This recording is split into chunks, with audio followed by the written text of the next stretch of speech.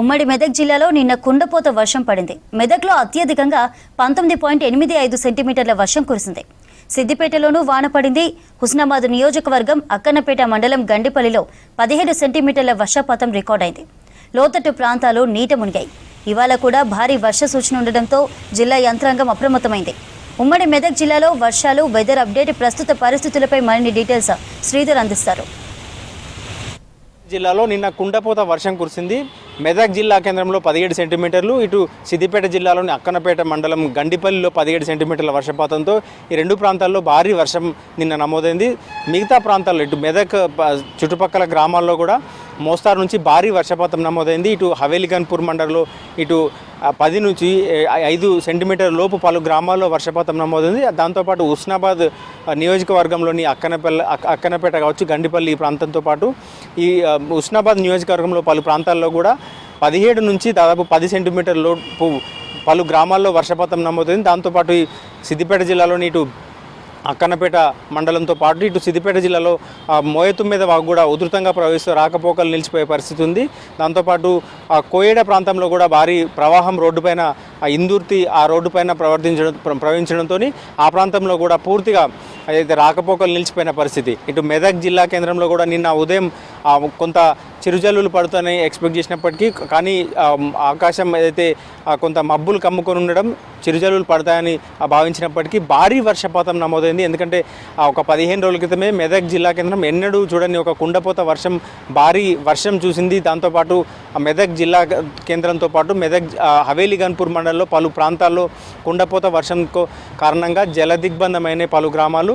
So నిన్న అట్లాంటి పరిస్థితి ఉండదని భావించినప్పటికీ భారీ వర్షపాతం ఒక్కసారిగా పడింది. 3.5 గంటల్లోనే 17 సెంటీమీటర్ల వర్షపాతం నమోదైంది. నిన్న హవేలిగన్పూర్ మండలంలో కూడా 8 సెంటీమీటర్ల వర్షపాతం నమోదైంది. ఇటు కొల్చారంలో కూడా దాదాపు 9 సెంటీమీటర్ల వర్షపాతం నమోదైంది. నిన్న మెదక్ మొత్తం జిల్లా కేంద్రం కూడా జలదిగ్బంధంలో ఉంది. మెదక్ జిల్లా కేంద్రంలోని ఏ చెరువు చూసినా, ఏ రోడ్డు చూసినా చెరువును తలపించింది. మెదక్ అయితే ప్రధాన చౌరస్తా రామదాస్ చౌరస్తా నుంచి మెదక్ బస్టాండ్ వరకు రోడ్లన్నీ కూడా జలమయమైపోయి వాహనదారులు తీవ్ర ఇబ్బందులు పడ్డారు. దాంతోపాటు ఏకంగా డివైడర్ను కట్ చేసి నీటిని ప్రవాహాన్ని మరోవైపుకు వదలాల్సిన పరిస్థితి ఏర్పడింది. దాంతో మొత్తం జిల్లా వ్యాప్తంగా కూడా ఆ మోస్తారు వర్షపాతం నుంచి భారీ వర్షపాతం నమోదైంది. ఎక్కువగా ప్రధానంగా ఇటు మెదక్ జిల్లా కేంద్ర పరిసర ప్రాంతాల్లోని భారీ వర్షపాతం నమోదైంది. ఇటు అయితే హైదరాబాద్ మెదక్ హైవే పైన కూడా భారీ వరద చేరడంతో నిన్న వాహనదారులు ఇబ్బందులు పడ్డారు.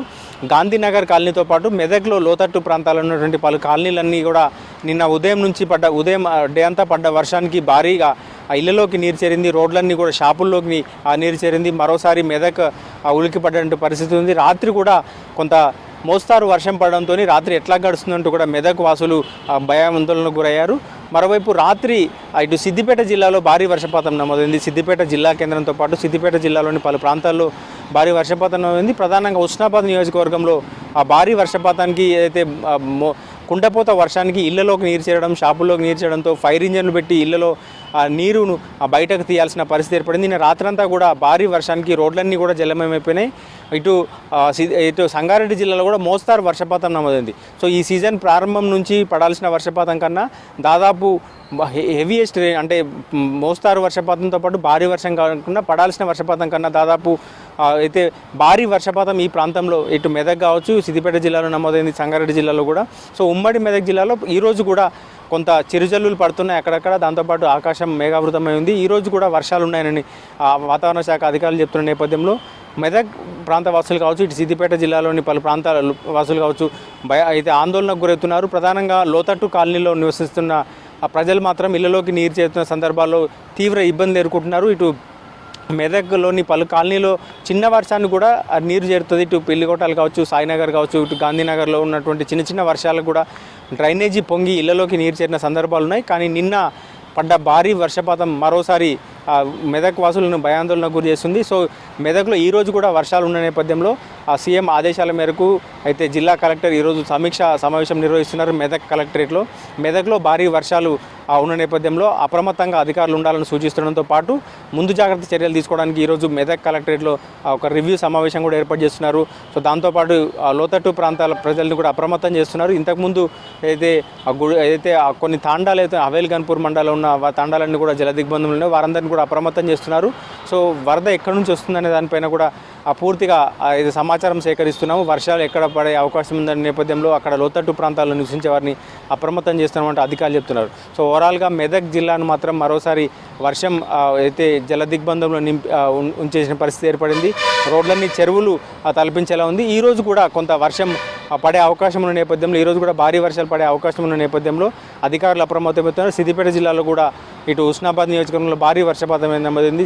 ఇటు సిద్దిపేట జిల్లా కేంద్రంతో పాటు సిద్దిపేట జిల్లాలోని పలు ప్రాంతాల్లో పడుతున్న వర్షాల నేపథ్యంలో అధికారులు అప్రమత్తయ్యారు. ఈరోజు వర్షం ఉన్న నేపథ్యంలో సో వర్షాలు కూడా భారీగా పడే అవకాశం ఉన్న నేపథ్యంలో అధికారులు అయితే అప్రమత్తమయ్యారు. మొత్తంగా ఉమ్మడి మెదక్ జిల్లాను మరోసారి వర్షం వణికిస్తోంది. కెమెరామెన్ రాజుతో శ్రీధర్, విస్క్ న్యూస్, మెదక్ జిల్లా నుండి.